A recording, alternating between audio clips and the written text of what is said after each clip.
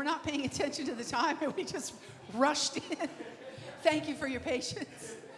But you're going to be super excited to be here. Besides the usual reasons, the Beatles are here today with us, Columbine style. Columbine style. But we are here today because we gather together centered in God, and we celebrate a world of harmony, peace, and abundance for all. So please stand for our first joy song. Okay, we're going to need a little help getting this going. You guys on the clap track.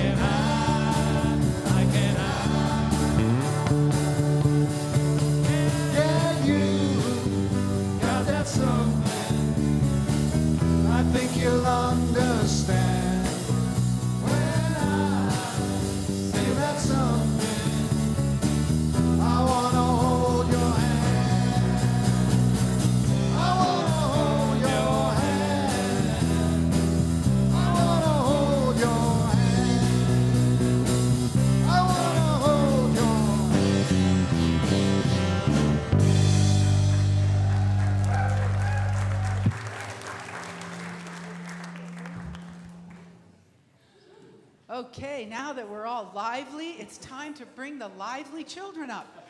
Come on up. Come on up. And Jeannie and Annalisa are here to tell us what's happening with the Youth and Family Ministry today. Then we'll bless them out and stand for our second joy song. Good morning, Columbine. I'm actually going to pass the microphone off to Annalisa, but I'll start us off. So, yay, I didn't even see you guys come in. That's awesome. Anybody else that wants to come up, we would love to have you. Yay!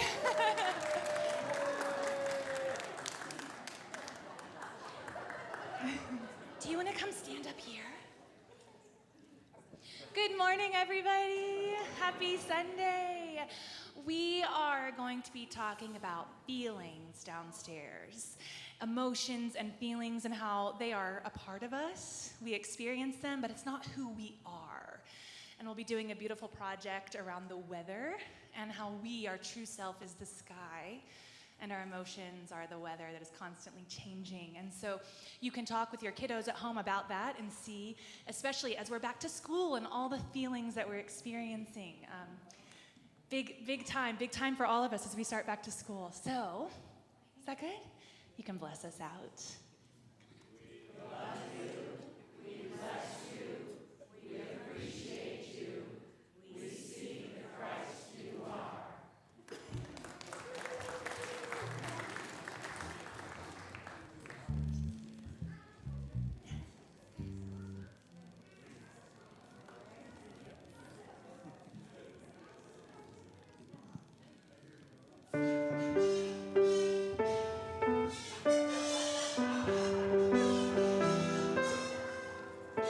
Love, love, love. Love, love, love. Love, love, love.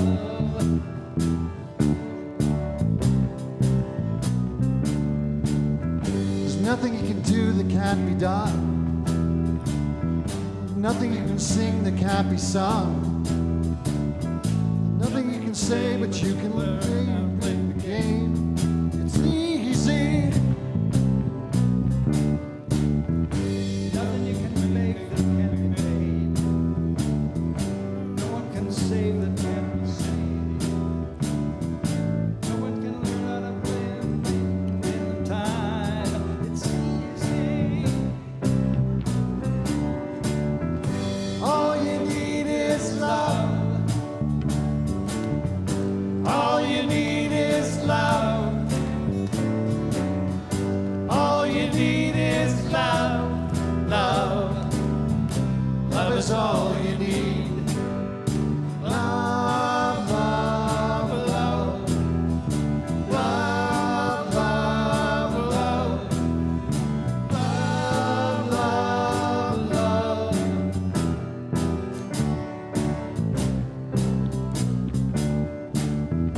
All you need is love. All you need is love. All you need is love. Love. Love is all you need. There's nothing you can know that isn't known. There's nothing you can see that isn't shown. There's nowhere you can be where where you're meant to be. It's easy. All you need is love. All you need is love. All you need is love. Love. Love is all you need. All you need is love. Everybody. All you need is love. All you need is love. Love. Love is all you need. Love is all you need. Love is all you need. Love is all you need. Love is all you need. Love is all you need. Love is all you need. Love is all you need.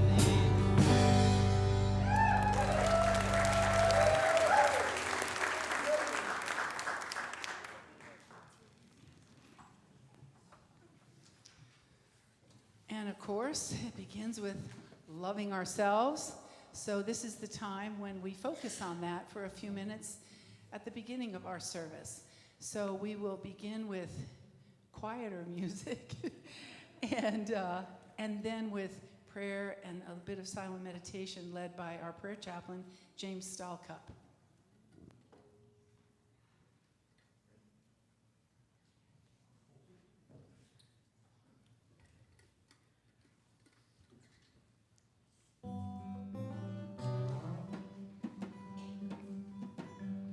Singing in the dead of night. Take these broken wings and learn to fly. All your life, you were only waiting for this moment to rise.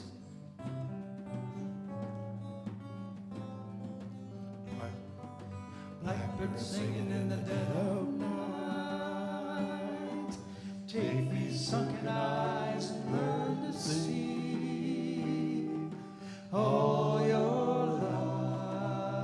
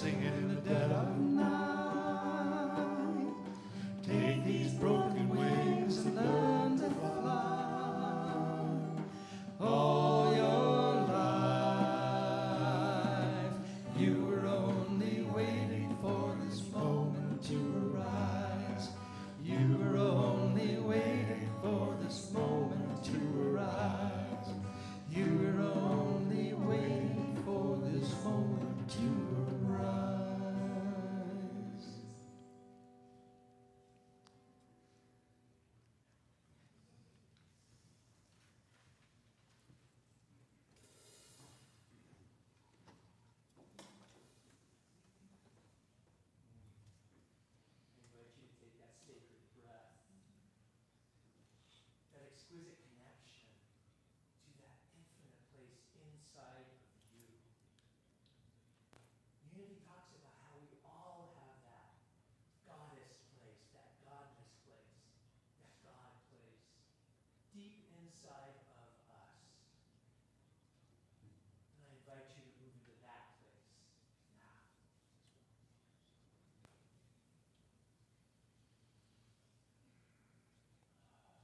As I was sitting here in my chair, I was watching the clouds outside the window. Those exquisite white, big, puffy clouds and the blue sky behind them. And I thought about Reverend Sue's talk today. The invitation to connect with nature, to take the walk amongst the trees, to feel the grass on your bare feet, to smell the exquisite air. As we walk outside our front door, that nature is always right there. Maybe it's the birds singing. Maybe it's your grandson or granddaughter wanting to play outside. See that connection, that goddess place inside of us is nature. And nature is that God place inside of us. We always have it inside and out. As we move forward this week, I invite you to play with nature and play with that God place inside. And maybe the two will dance together. Maybe that goddessness that's inside will come out and say, hey, come on, let's go play, let's go take a walk. I invite you to dance the dance of melding the goddess place inside with all of what nature is. Let's move into meditation.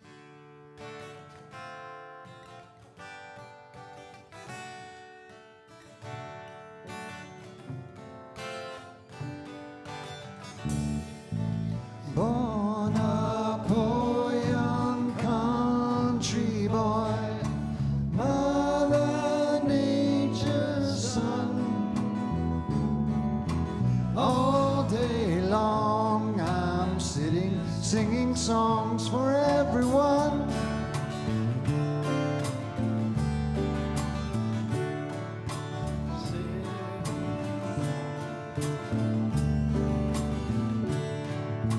Sit beside a mountain stream, see her waters rise, listen to the pretty sound of music as she flies.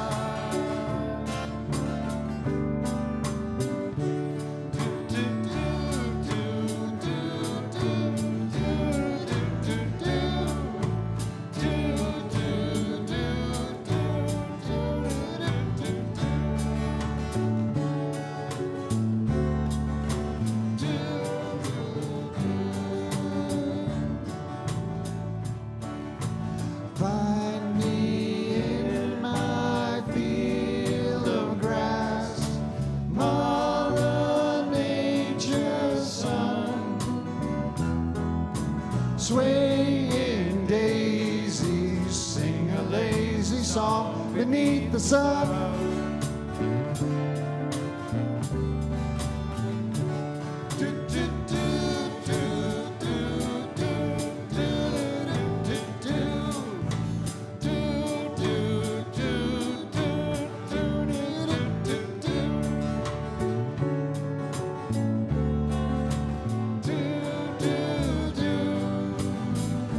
Yeah, yeah.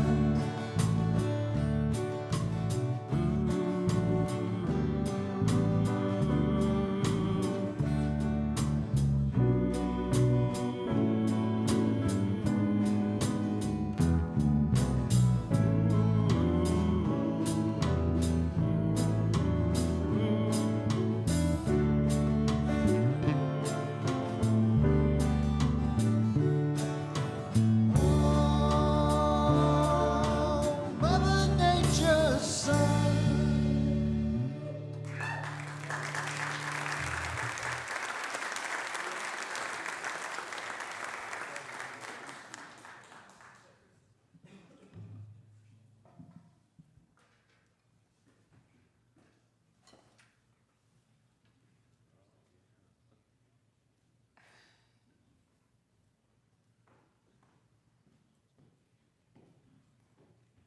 Thanks, guys. Beatles Sunday. Beatles Sunday. Thank you.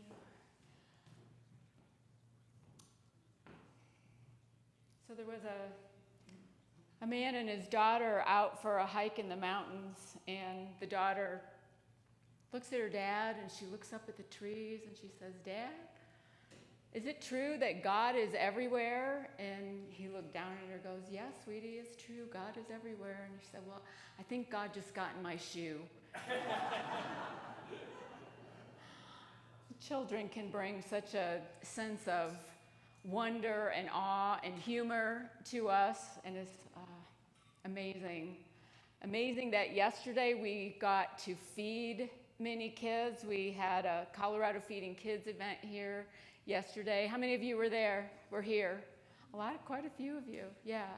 It's an amazing event that we had about 90 people, and we packed almost 35,000, over 34,000 meals.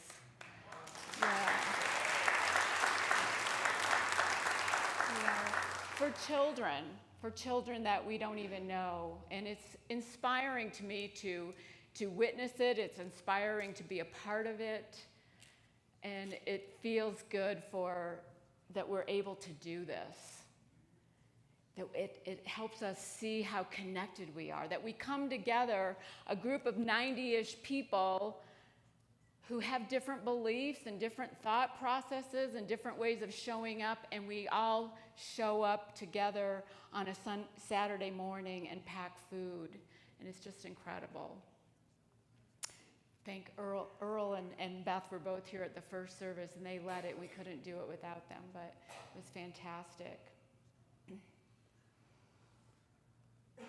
We're using this book, Wake Up Grateful by Christy Nelson, as our annual theme this year, and so I've been kind of working through the chapters as we go along when there's an opening. This chapter is on being in nature, chapter 10. And in this chapter, Christy opens with and talks about, as most of you know, as I've been talking about it, she was given a stage 4 cancer diagnosis in her 30s. The prognosis was not good, and she went through a couple years of testing, a couple years of treatment, and doctor's office and hospitals, and after 8 months of chemo and radiation, she felt like she deserved a star on her forehead or something, that she was done. She felt like she was done.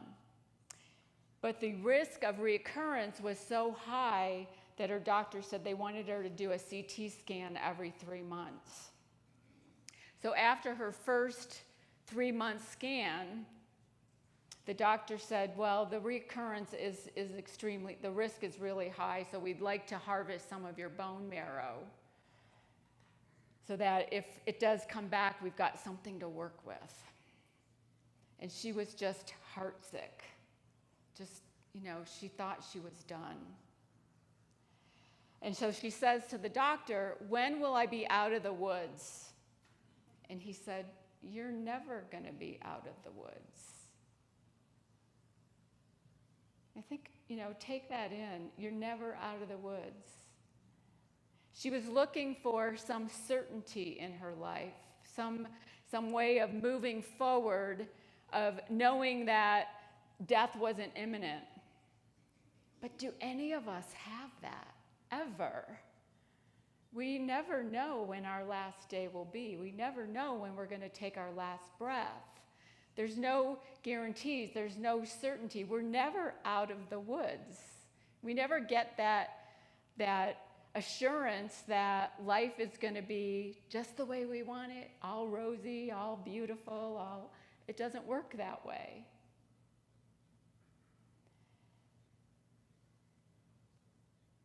But we want it, and we'd like to control it, and we really would rather that things went our way. And so we worry, and we have anxiety, and we have stress. But we just need to look to nature. Look to nature to see how things work, because we're part of it. Jesus says in the 6th chapter of Matthew this, consider the lilies of the field, how they grow. They neither toil nor spin. But if God so clothes the grass of the field, which is alive today and tomorrow is thrown into the oven, will he not much more clothe you, you of little faith? Therefore do not worry, saying, what will we eat, or what will we drink, or what will we wear? But strive first for the kingdom of God and his righteousness, and all these things will be given to you as well. So do not worry about tomorrow, for tomorrow will bring worries of its own. Today's trouble is enough for today. Today's trouble is enough for today. Consider the lilies. How many of us do that? How many of us get through our days without any worry, without any anxiety? I know, what will you wear? Oh, that's always top of my list. What am I going to eat today? What am I going to wear today? Always thinking about it. Consider the lily. I remember reading a book, and I don't even remember what it's called, but all through the book, it was always like, consider the lilies. Yes, I know, consider the lilies. Don't worry. Be happy. Consider the lilies. Nature teaches us. If we observe, if we look, if we stay awake and aware to it, nature teaches us how life is. And we're part of it. We're part of it. There's a movie in the 1800s, movies, 1980s, Dead Poets Society. Probably a lot of you have seen it, Robin Williams, and he says, carpe diem, carpe diem. Seize the day. He's trying to teach his students, get all you can out of the day. Just seize the day.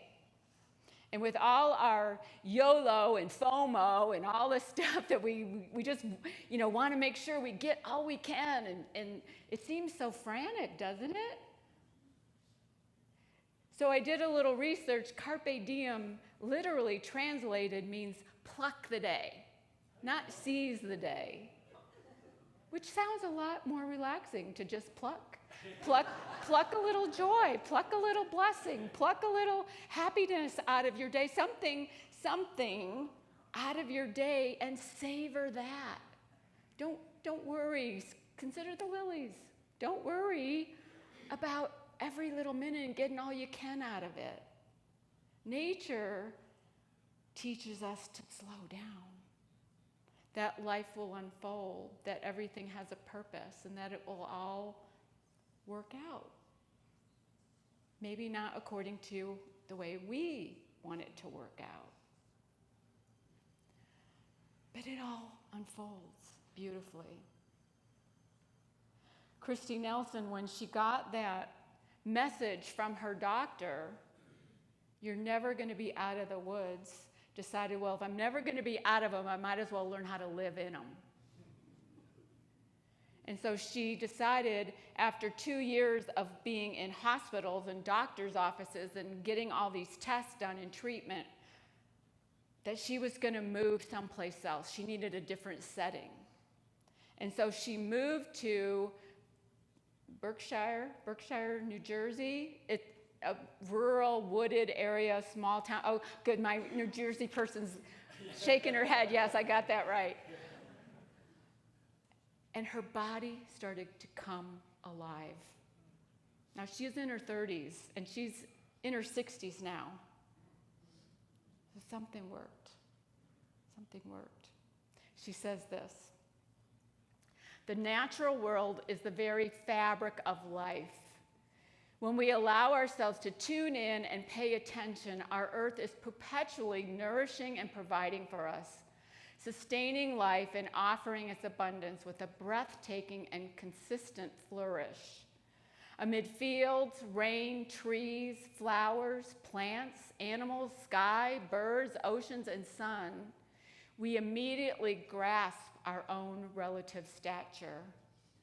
Feeling inextricably connected yet small in relationship with the natural world can lead us swiftly to a sense of the sacred. And I'm sure a lot of you, most of you, have been on a hike, have been in the mountains, and have felt that divine, felt that sacredness of nature. It's a beautiful thing to witness. It's a beautiful thing to be part of. And we have the opportunity here in Colorado, especially, just look at the mountains. I mean, just look behind me, out the window. The sacred. When we can be in nature, it can be like a portal to the divine. Any little bit of awareness of nature, how it unfolds. How beautiful it is. Louis Schwartzberg, I always forget his last name, Schwartzberg was the director of Fantastic Fungi. Probably some of you saw that movie. It was out in 2019. And I watched a TED Talk of him this week. And he said that he's been filming time-lapse photography for like 30 years, 24/7. Like his camera is always on. And you've probably seen some of those time-lapse videos or movies where flowers just open up brilliantly and they're so beautiful. Or he gets really close to a bumblebee or a butterfly. And he said people often say when they see his videos, "Oh my God, oh my God." He said, "Oh" is something that catches your attention. When you say, "Oh," you're immediately brought into the present moment. Oh, I'm here. Look what I'm witnessing. And "my" makes it personal to us. We take it in, we feel it in our soul. When we're witnessing nature in all its splendor and all its glory, we can feel it. We can feel it in our bodies, we feel it in our hearts. We feel the sacred. And then God is this spiritual journey that We're all on discovering, learning, growing, getting to know who we are. Wanting there to be something greater than us that celebrates life. He said that 80% of the information we take in is through our eyes, through our sight. And so we just need to go into nature, get outside of the air conditioning where there are bugs. It's okay. And so Christy talks about this. How can we do this? How can we be more in tune with nature? Use your eyes. First is look up. Look up. James talked about the clouds and the sky right outside the window. Look up. It's unique. Every moment is unique. The cloud formations, the moon, the sun, the stars. This week there was supposed to be a meteor show. Or did anyone see it? Was anybody in the mountains where it's darker? I got up at 4 o'clock. Kevin got up at 1 o'clock. We both tried to see it. We live in Denver. There's too much light. It wasn't cloudy. We could see the moon and some stars, but you needed darker. Look up. And then look close. Look at something really close up. Look at a rock and the beauty in a rock. Look at a ladybug. Look at a leaf in all its veins. I mean, it's incredible what is available to us to just bring us back to this sense of awe, this sense of wonder. There's a story I read about Wayne Dyer, the late Wayne Dyer, who talked about a friend of his, Jack Boland, who was a Unity minister in Michigan at the church that I used to go to. But Jack had passed 10 years earlier when Wayne's telling the story. And he had a monarch butterfly land on his body 3 times since the time Jack had died, and he always called it Jack, because monarchs do not land on people. Monarchs usually, I wonder what they're doing down there. Don't you wonder what they're doing down there? Monarchs just usually fly away. They don't typically land on people. And so when he would have a monarch land on him, he'd call it Jack. Hey, Jack, there you are. Because Jack was fascinated with monarch butterflies, especially with the amount of intelligence in their pin-sized brain, that they have these imaginal cells that know to completely transform into a butterfly from a caterpillar. And so whenever Jack would see a monarch, he would say, thank you, thank you, thank you, that you had to be in a state of gratitude for this beautiful, beautiful, is it an insect? Can I call it an insect? Okay, thank you. Somebody is shaking their head. Yes, it's an insect. I don't know. So one time Wayne was living in Hawaii, and he decided to take a different path back from the beach to his place. And this monarch landed on him, on his hand. And it stayed with him while he was walking back to his place. And it stayed on his lanai when he went inside to take a shower. And he came back from the shower, and it came right back to his hand. And then it went to his other hand, and it stayed with him for 90 minutes, which is unheard of. And he said all he could do was say, thank you, thank you, thank you, Jack, for being with me.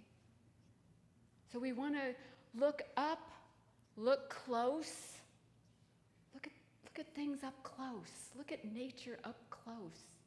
And then we want to look out. Look out. Look at it. Look out. Look at the mountains. Look at the views. Look at the scenery. Look at a field filled with sunflowers. It's incredible. Look at a sunset or a sunrise.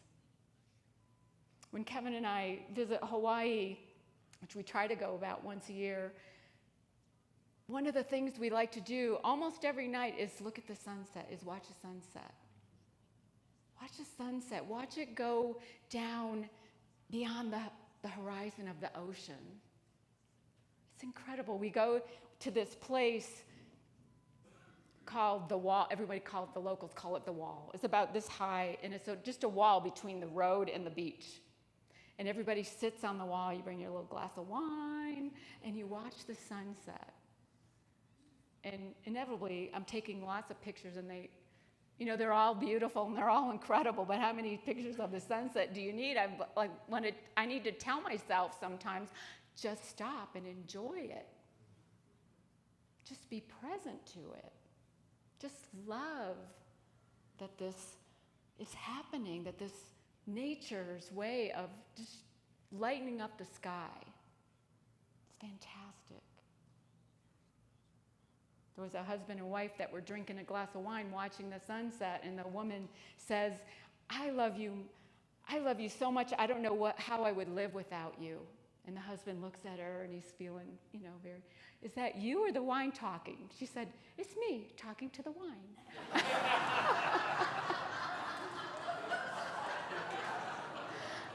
Okay, I just had to throw that in because I was remembering it came to me. Okay, so look up, look close, look out, and then look in.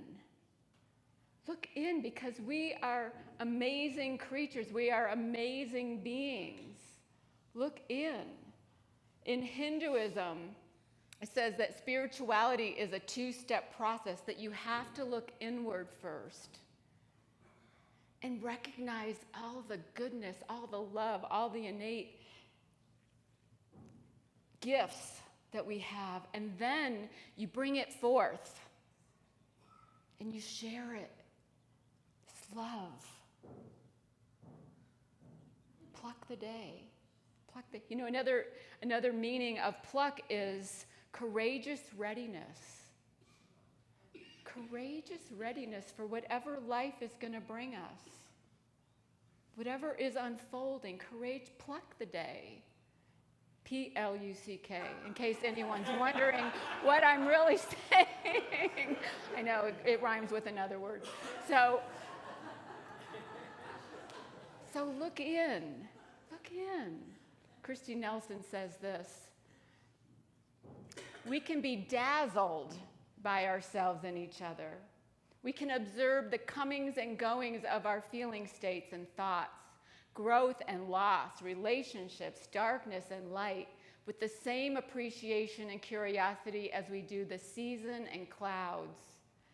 With our senses awake, our interest piqued for all that already is and all that will unfold, we can know ourselves as fully present to and a full participant in our mysterious experience of life. Nature can show us that. This mysterious experience of life. Life. Know that God is present, maybe in your shoe. And children, aren't they incredible? Like they can bring us back to this sense of awe and wonder.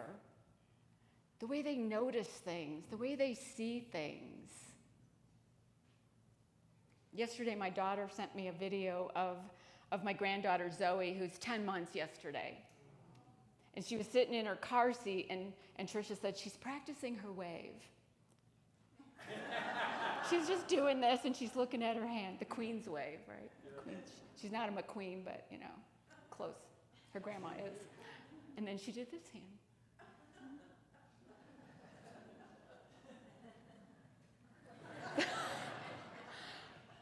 I mean, isn't it incredible that she's learning something new every day, learning that she can move her hands at will, that she can wave. Children are amazing, amazing. And so since she was born last October, I've really been thinking a lot about my own mortality. Will I be here when she gets married? Will I be here when she graduates high school? Will I be here when she starts kindergarten? I don't know. We don't know. We don't know when we're going to take our last breath. We don't know when our last day will be. I just know that whenever I'm with her, I want to pluck a little bit of joy every time, and just be amazed and in awe at how she is awakening to who she is as a person. I think we all want that for our kids. I want to instill in her this sense of her potential, that she has this innate amount of an amazing amount of potential, an amazing amount of joy in her, amazing amount of love. And I just want her to know that. I think like most of us, probably all of us, our kids and our grandkids, we want them to get this. I don't know if they get it out in the world, but I know they get it here. I know that whatever they're doing downstairs, those kids are getting the message that they are loved, that they are beauty. I don't know what they're doing. I know they were working on cloud pictures. They're having fun. But to share that with them, you know, I think it's being good stewards of our children, of our grandchildren, that they're, you know, we're only here for a short time. I watched a documentary this week on YouTube called The Voices of the Grandmothers. I was really intrigued by that title. And it was Indigenous women sharing their wisdom, talking about nature and how important it is for us to stay in tune with it, to know that we're part of it. Not and I know in the book of Genesis it says that God gave us dominion, not dominion to mine out all its resources or cut down its rainforest, but dominion to love it, dominion to take care of it. We are bound to nature. When we take a breath in, we're breathing in oxygen that the trees created for us, that we need for life. We need oxygen to live. When we exhale carbon dioxide, which the trees need for life. We're bound. We need each other to live. And so these grandmothers, these voices, they talk about how we want this beautiful earth to be here for our children, that they and our grandchildren, that they can see the beauty that we see now. We need to take care of it. We need to love it. We need to know that we are part of it. We're part of it. And we don't live forever. We're not going to live forever. That's not the nature of life. That's not how it works. Everything has a cycle. But while we're here, we can appreciate it. We can love it. We can care for it. And they said, you know, in a rushed society such as ours, nature is teaching us, nature is showing us it's okay to slow down. It's okay to just let life unfold. That carpe diem, we don't need to seize the day. We can pluck out little bits of joy, little blessings, and it can be enough because it is enough. We are enough. So I invite you to look at your day. Where can you slow down? Where can you just spend time in nature? Where can you just let nature be a portal for you to experience the divine? The divine that's already in you. The divine that's longing to come forth as love, as peace, as joy, as Beatles music, as whatever it is for you to share, to know our connectedness, know that we're all one. So take a look at that this week. Where can you slow down? Where can you let life be revered and sacred? Namaste. Peace be with you.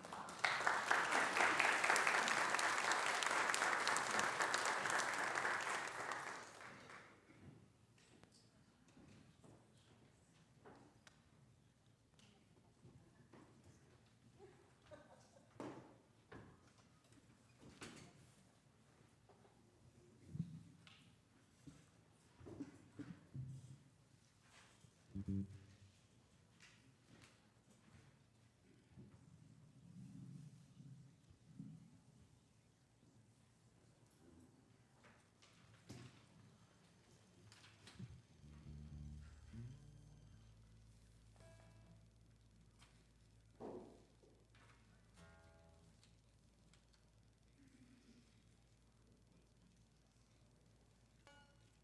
slowing down here.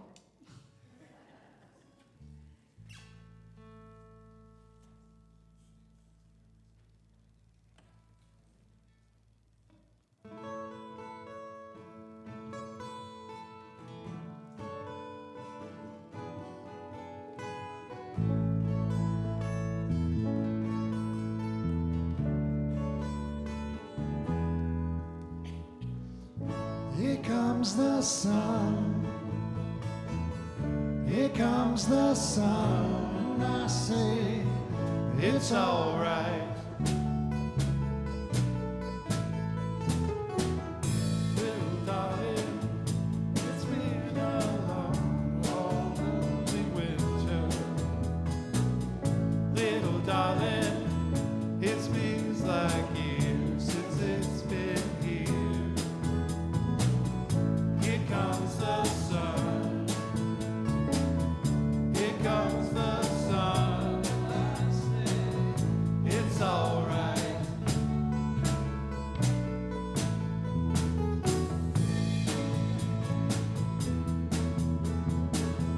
Little darling, the smiles returning to their faces. Little darling, it seems like years since it's been here. Here comes the sun. Here comes the sun. I say it's all right.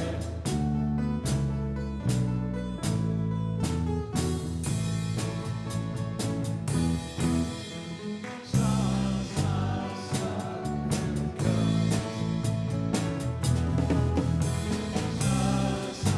sun, here it comes. Sun, sun, sun, here it comes. Sun, sun, sun, here it comes. Sun, sun, sun, here it comes. Sun, sun, sun, here it comes.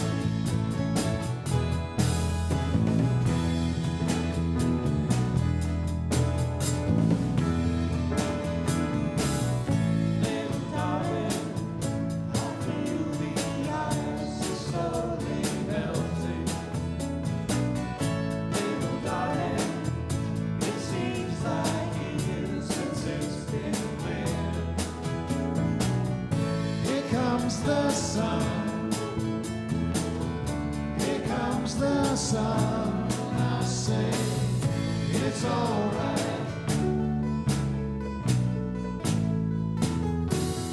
Here comes the sun.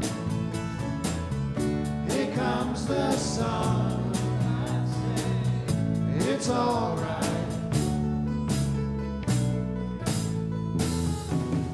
It's all right.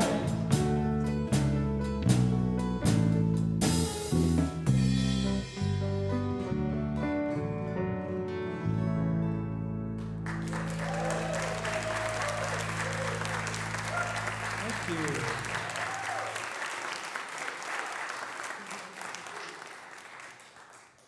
All right, such a big thanks. Gay Waterbury, Pete Jacobs, Gary Waldorf, Greg? Mike Waldorf, Steve Larson, and Chris Carvalho. Yay! Boy, we've got a lot of talent around here, don't we? We are so grateful. So this is the time in our service when we just shift a little bit, and we start with reminding ourselves why we even come here on Sunday morning, besides the amazing music. So let's say together our purpose statement. We commit to increasing our spiritual awareness, diversifying our community, manifesting our highest potential, and positively impacting the world. And you don't have to be able to get up here and perform in order to impact Columbine. There's so many ways that each of you has an impact here at Columbine. Number one, just by being here on Sunday mornings. But each of you has other ways that you contribute as well, and that's what allows us to flourish. And at this point in the service, we're focused on our financial well-being, and we get comments all the time from people in our community or people who rent here or just visit that we have such an amazing, beautiful building and grounds, and that's because of your generosity. That's what allows us to keep doing that. And I wanted to make sure that if you're not already aware, if you're in the category of needing to make a regular, what is it called? Required distribution something from a retirement account, you can do that directly to Columbine.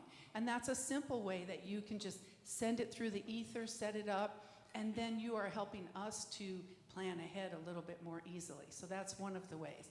And then, of course, another way is on Sundays in the sanctuary as the offering bag passes you. But first, let's bless all the ways that the offerings come to us. God's love has always met and will always meet all my needs. I give freely, I receive abundantly, and I am grateful. And we are very grateful.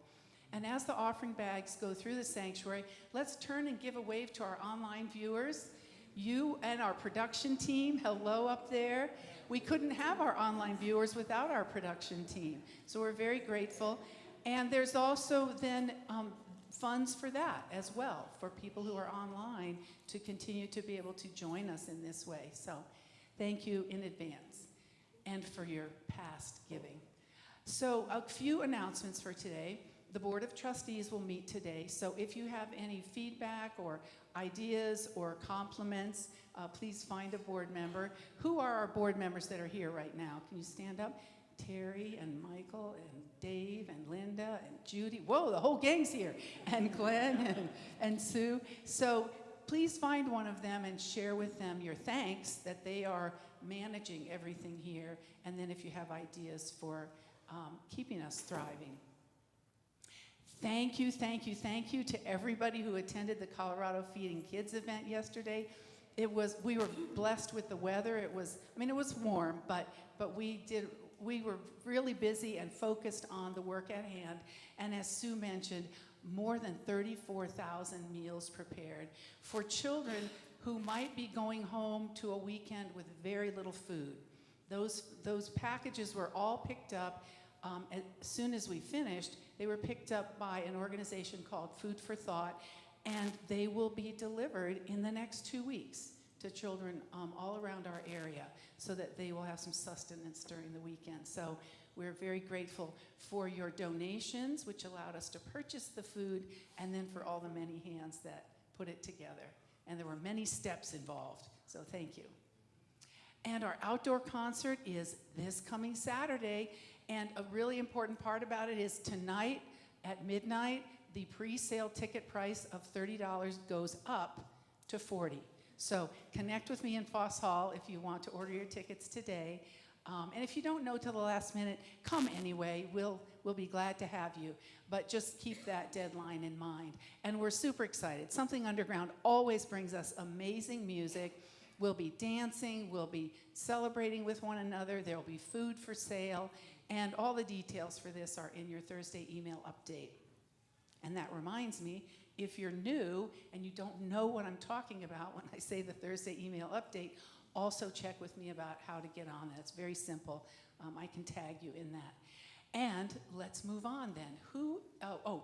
This is our First Friday event coming up on September 5th. Tracy Goldenberg will be here for something that she calls Rhythms of Renewal, and it's movement and meditation. And I didn't know until a few days ago when she came to visit, this is a former instructor of mine, and she's amazing. So please come and experience it. She's going to have a wonderful event for us on September the 5th. And again, details in your Thursday email update. And Pat is our ambassador today, so she'll be available to you for anybody with questions, whether you've been here a long time or just first time today. And who are our prayer chaplains for today? Gretchen and Betsy. So we're very grateful. And I want to be sure to mention that anything that you share in prayer with any of our prayer chaplains is held confidentially. That's a really important aspect for you to know. We also, after each service, have a table in Foss Hall where people gather and say the prayer for Columbine to continue thriving. So just takes a few minutes, just join them at the table, and prayer is what really founded unity. Most of you know that, so we try to make as much of that happen here as we can. So thank you all, and thanks again to the Beatles of Columbine.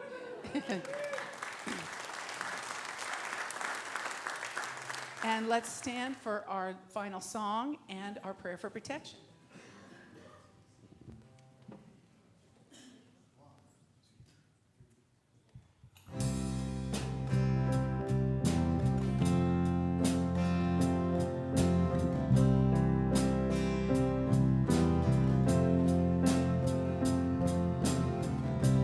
Imagine no possessions. I wonder if you can. No need for greed or hunger. Brotherhood of man. Imagine all the people sharing all the world. You may say I'm a dreamer, but I'm not the only one.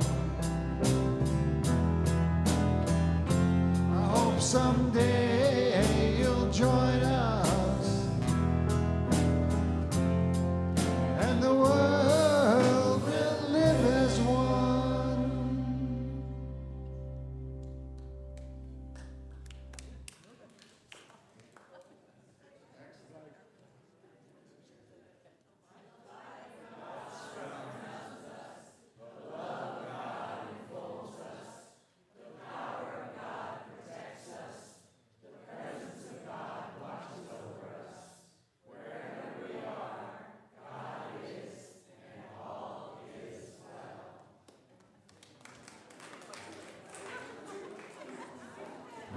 All you need is love. All you need is love. All you need is love. Love. Love is all you need. All you need is love. All you need is love. Everybody sing. All you need is love. Love. Love is all you need. Love is all you need. Love is all you need. Love is all you need. Love is all you need.